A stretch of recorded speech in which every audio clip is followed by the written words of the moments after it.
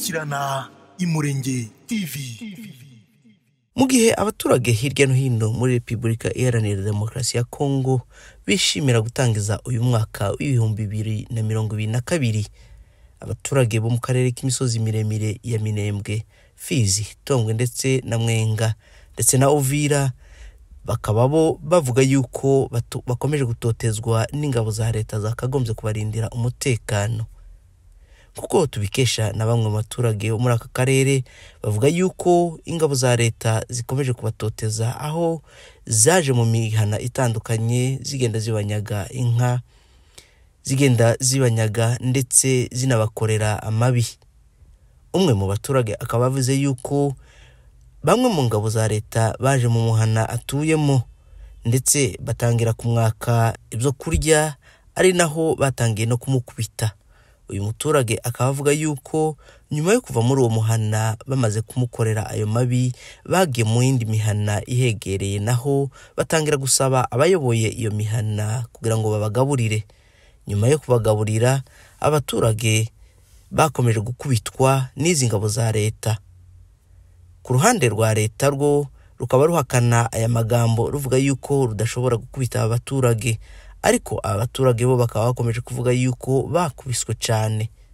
Ku murongo wa telefone tukaba turi kumwe n'umwe mu baturage uvuga yuko yahotewe n'izi ngabo.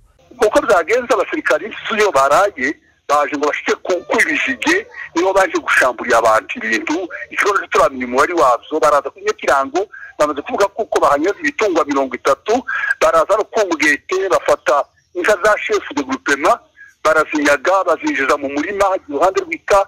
Nuko turagenda dushitse, barafata barankubita, banyaga ibirato ndetse bangarukiriza habi. Ubwo chef de groupement yari yaraye kunyakirango ku murwayi witwa Datangwa, Reverend Datangwa.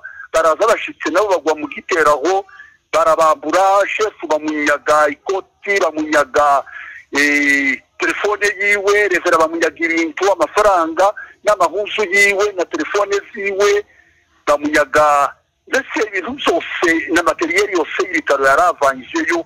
Banyaga undi musaza Rugabirwa, nawe bamunyaga amahuzu yiwe yose n'amatelefone yiwe yose barayajana. Ubu ngubu kumugete barija mu muhana, banyaga ibintu byinshi tutaramenya umubare wabyo. Abantu twese turahunga, turi ku misozi aho niho duhagaze kugeza uyu munsi wa none. Turaverifira ibintu byo kumugete n'ibyo kunyakirango, inzira yose aho bagiye baca turamenya ibintu byose bagiye bajana. Kuko nta kintu bavuze gusa ngo twebwe, ngo ni twebwe bariko baratujija nyine uriya mugabo ngereka ngo ni twebwe, ngo ni twebwe banzi babone ngo baje kuturasa kandi ngo bazoduja Rwanda, kandi bamaze kubaga inka 3. Turaverifira vure ibintu byinshi cyane zagiye. Nyuma yo kwakira aya makuru ava ku ruhande rw'abaturage batuye muri aka karere k'imisozi miremire ya Minembwe, twashatse kumenya ku ruhande rwa leta kugira ngo twumve icyo bashobora kutubwira ku bijanye n'aya makuru.